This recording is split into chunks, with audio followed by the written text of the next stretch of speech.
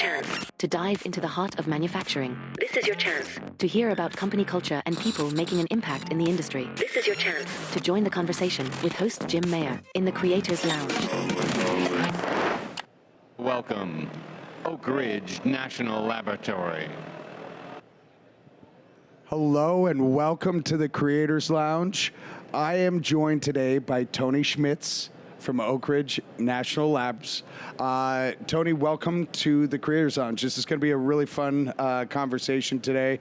We're going to throw a curveball in later. But before we do any of that, I really want to share with everybody here, everybody who's listening or watching on IMTS Plus in the future. Tell us a little bit of your background. How'd you get into this seat that you're in right now? Or these seats, I guess I should say, because I can't even memorize all your titles. I would like to say I had a good plan. I did not. So I grew up in Kansas in a farming community. My dad and his brothers farmed about 500 acres, and then he worked at Boeing.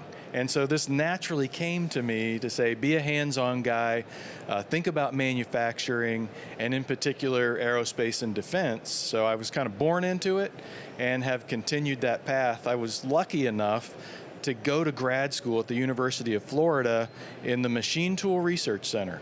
And so that's where I learned about machine tools, and I've just carried that through my entire career. Is that center still there? I didn't even know that existed. It was led by one of the pioneers of high-speed machining. His name was George Tlusty. Okay. He's kind of internationally known. Yeah. So he directed that center when I was a student there.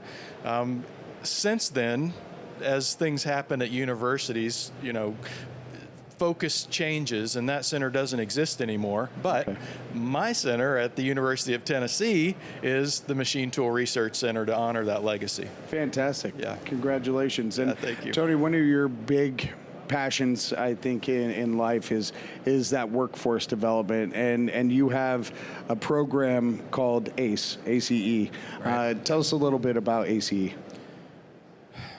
What's unique about America's Cutting Edge, or ACE, is that it was originated from a university, right? Because the fact is, throughout my career as a university professor, that was not something that I was asked to do, workforce development, right? In fact, I probably would have been actively discouraged from spending my time that way. Right. You teach students, you generate research dollars, you write papers, that is what the academic milestones are. But as I got later in my career and had this opportunity to be in this ecosystem that included IACMI, the Composites Institute, Oak Ridge National Laboratory, University of Tennessee, Y-12 from the National Nuclear Security Administration. All of these things grouped together suddenly said there's a place here for a university professor to be doing workforce development, and I was just at the right place at the right time. But that's pretty amazing, and the different organizations that are all working together to help this process, this ACE program, is pretty neat to me. And I view maybe universities should take a better look at workforce development initiatives on site. What do you think about that? Ultimately, university products, we are also manufacturers, are students. Sure. And I think we have heard from industry exactly what you said. You need to graduate these students with an understanding of the full spectrum from equipment all the way back through the process to design. Yeah. I think universities are now responding. They move sort of slowly sometimes. Okay. I know the University of Tennessee is. We actually have a new department we're starting called Applied Engineering and Technology with a manufacturing track that's exactly going to answer what you just said. So will that be a 4-year program for manufacturing? It's a 4-year program for manufacturing. That's cool. Which will be an engineering degree, all right. But different than if I was a mechanical engineering major, for example. Now I know where I'm sending my kids to school. Oh my gosh, please do. Yeah, yes. I'm a diehard Sun Devil fan, and I will suck that up to send them to such a program like that. Same colors, we got orange. Tony, talk to us about the funding. I know DoD funds your program here, the ACE program. Talk to us a little bit more about that and the research and development arm and what they expect out of this ACE program. Yeah. So DoD, specifically the Industrial Base Analysis and Sustainment Program, which is from the Office of Industrial Policy. Yeah. So why are they funding workforce development? Because they have a mission to make sure that the defense industrial base can support the DoD mission. Wow. So a very important manufacturing activity, if I were to walk outside through the machining section, is computer numerically controlled or CNC machining. And so that was the cornerstone program that we first put together as those DoD funds went through IACMI, which already had a history of workforce development and the capability to manage a program like this. I was able to prepare content that then a program could be developed and managed by IACMI. There are others that have followed. That's where we began. Wow, that's pretty amazing. And so, Tony, tell us a little bit more about that research side when it comes to workforce development, because I don't think a whole lot of people look at workforce development and their first thought is research and development. So can you walk us through that a little bit? Yeah, so terrific question, because you're right. A lot of times when we think of workforce development, what we think of is who are the people that are going to be operating the equipment to carry out manufacturing operations. Absolutely critical.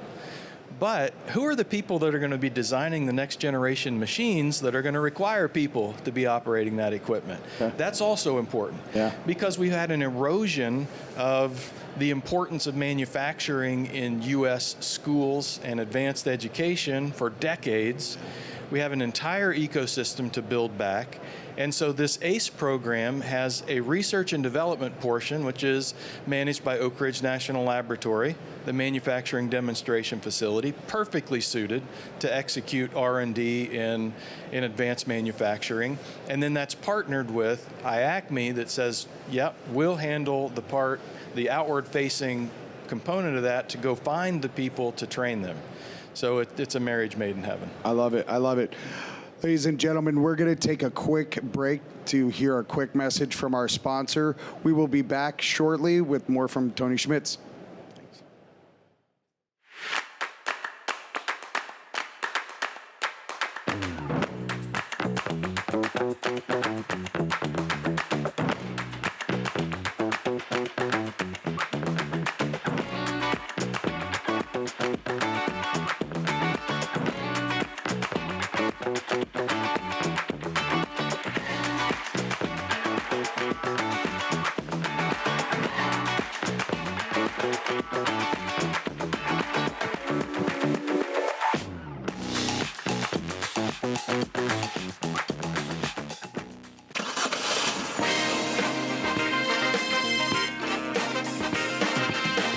Everybody in the 313, put your manufacturing hands up and follow me, because we're going to season 3 of Road Tripping with Steve.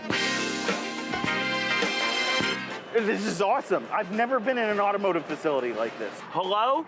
Hi, this is Road Tripping with Steve. I need to leave and go let my head cool down. The Robo Drill is seriously one of my favorite machines. Brand new program, call it whatever you want. Steve's program. All right. Can you take it past 100%? Do it again.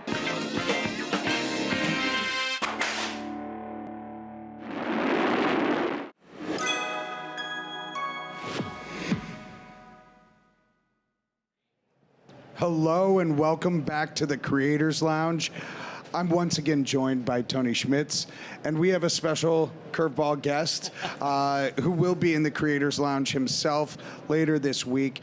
But please welcome Chad Duty. I almost called you Curveball That's Duty, right. but Chad Duty from IACMI. We're going to talk combined here a little bit more about IACMI and the role of ACE. So before we jump into that, Tony, you were talking to us about the research and development. Talk to us about how you're bringing this curriculum across the country through the DoD support, and you've got a really neat spoke and hub model. So talk us through that. Yeah, so our intent was to have a program that was inclusive. So when I wrote the curriculum, I wanted to be able to have someone who'd never heard of machining be able to engage and decide, is this something I'm interested in? But I didn't want to stop there. I wanted to also support the 25-year machinist that says, you know what, I know what machining is, but I'd sure like to learn more about vibration and how that influences selection of machining parameters. So that's there as well. Yeah. So the curriculum was intended to be inclusive and then also geographically inclusive, right? We have, you begin online, and that's asynchronous, so anyone can join at no cost if you have an internet connection. So that casts a broad net already. Now, we also want to do in-person training. Okay. So obviously, if I have you for a week, I cannot replace an apprenticeship, a 2-year program, a trade school. We don't intend to do that. We're intending to fill up the pipeline. Sure. But come spend a week with me, and we're gonna let you have access to CNC machines. We're gonna make components that are assembled into an air engine, and then have an experience that launches you further in your career. But you can't all come to Tennessee. So we have a distributed network of physical locations in a hub and spoke model where we identify university hubs, and then they can work with local high schools, community colleges, other programs as those spokes. So we have 30 of those locations, and we've trained over 2,000 people in person. So we're continue to grow. Sorry, I was so enthralled I almost choked. And Chad, IACMI is actually who supports that workforce training out in the field. Is that correct? Right. So IACMI heads up the workforce development kind of side of. We got the R&D work going on with Oak Ridge, and IACMI kind of heads up the workforce development side. So we do a lot of the administrative work of like making sure that money flows, contracts are in place. We go out and evaluate different schools to see if they have the capabilities that they need to run a CNC ACE program as a boot camp. Okay. If they don't, we have opportunities to provide some of that for them. And we want to really be strategic about where we place these hubs, not only with the capabilities that are there, but the geographic need for manufacturers within that area, because Wow. we want to put our efforts in where they're going to have the most impact. So what does that look like for you two when you are going into a geographic area? I live in Phoenix, right? We are looking at another resurgence of semiconductor manufacturing, calling it the Silicon Desert, right? It's back. There's a lot of training that needs to go with that. How would Arizona go about contacting and being evaluated as a hub for ACE? Right, so, yeah. So one way to do it is to contact us at IACMI and express some interest, Okay. and that interest can come from industry side, it could come from community college side, university side, wherever. We really want to evaluate the need. You know, what is it that you actually need to make an impact in that geographic area? What kind of resources do you already have in place so that we can leverage? Because we don't want to recreate the wheel or being in competition with anyone. Sure. And then we will take that information in. We've got some folks that are highly competent sitting here on the couch, right? And others that can go out and visit you, do an on-site visit, kind of do an evaluation and see how the fit, if there's a good fit there, and then outline steps for taking it forward. Wow. Yeah. Fantastic. Thank you very much. Folks, we're going to take another quick sponsor break. We will be back in 60 and 90 seconds. I don't remember which one this one is.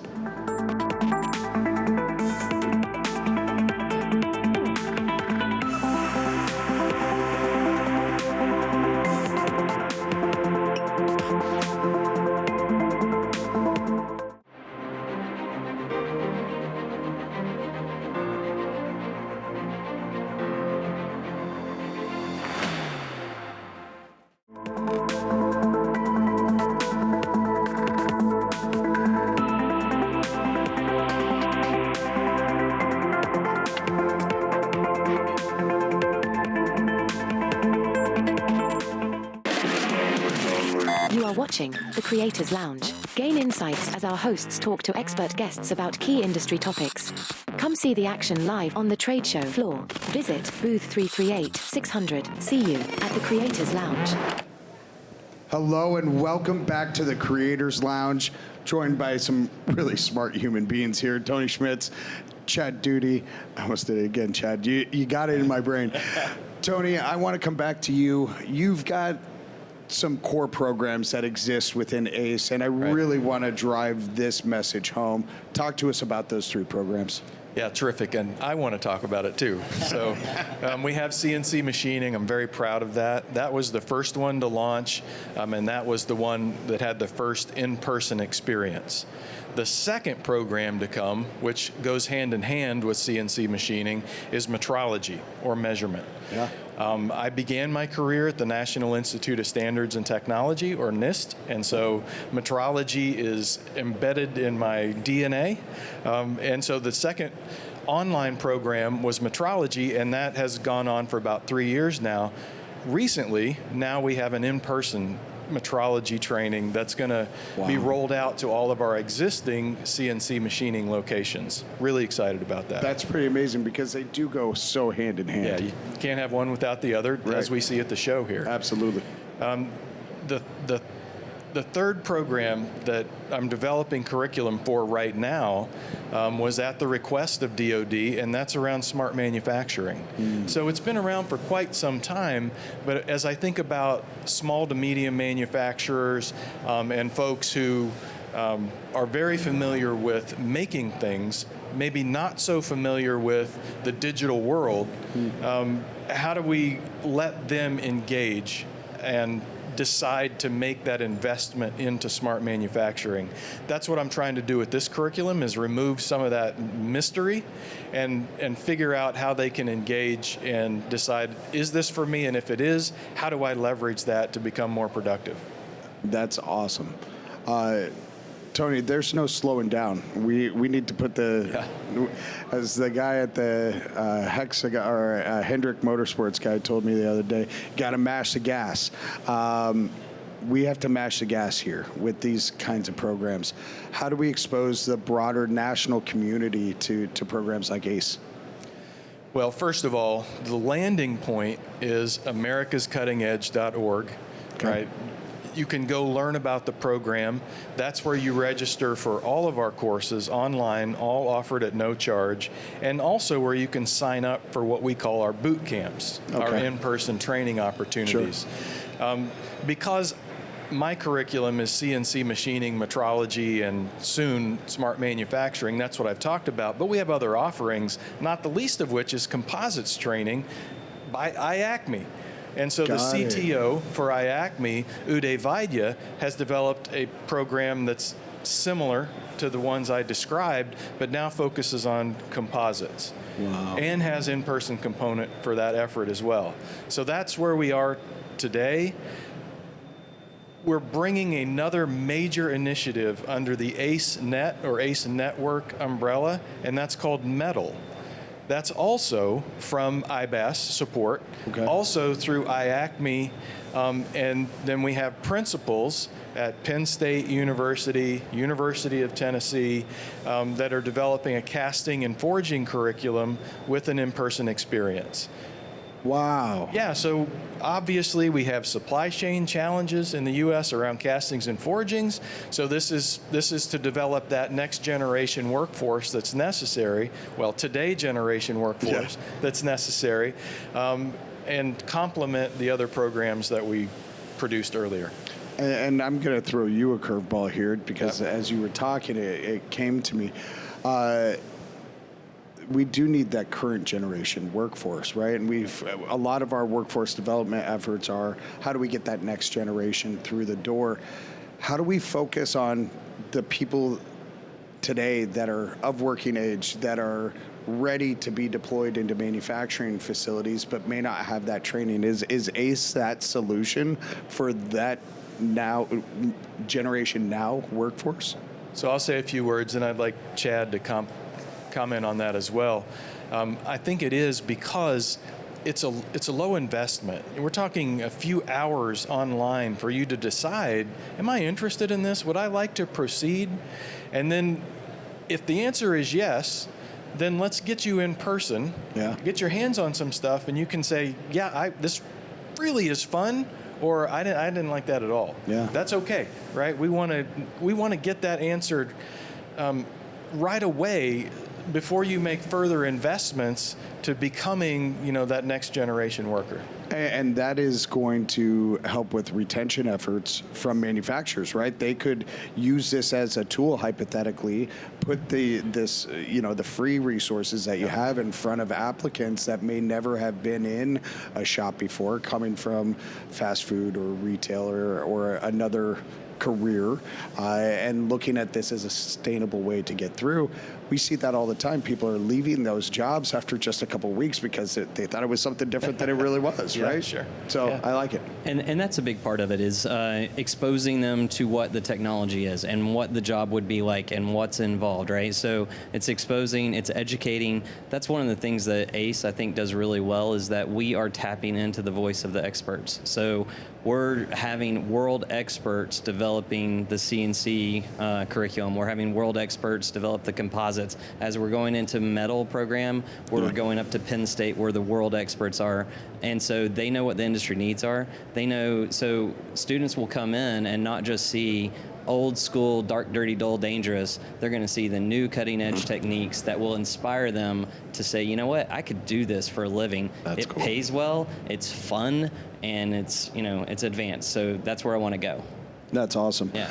Tony, last question before we wrap up here. At these boot camps, they have to be a sustainable model, and they're not free to you. They're not free in general, right? So how do we get people to sponsor and to be a part of this journey with ACE, with you, with all the other organizations you're involved with? How can we get the people here at IMTS to be a part of this journey? Yeah, terrific. So I think, first of all, it is answering the question, why would I invest in something like this? I think my answer to that question would be, do you have any workforce challenges? If you can answer yes to that question, you want to be a part of ACE. Right. Because we are training these students, and I say students loosely. We have high school to 65-year-old participants, right?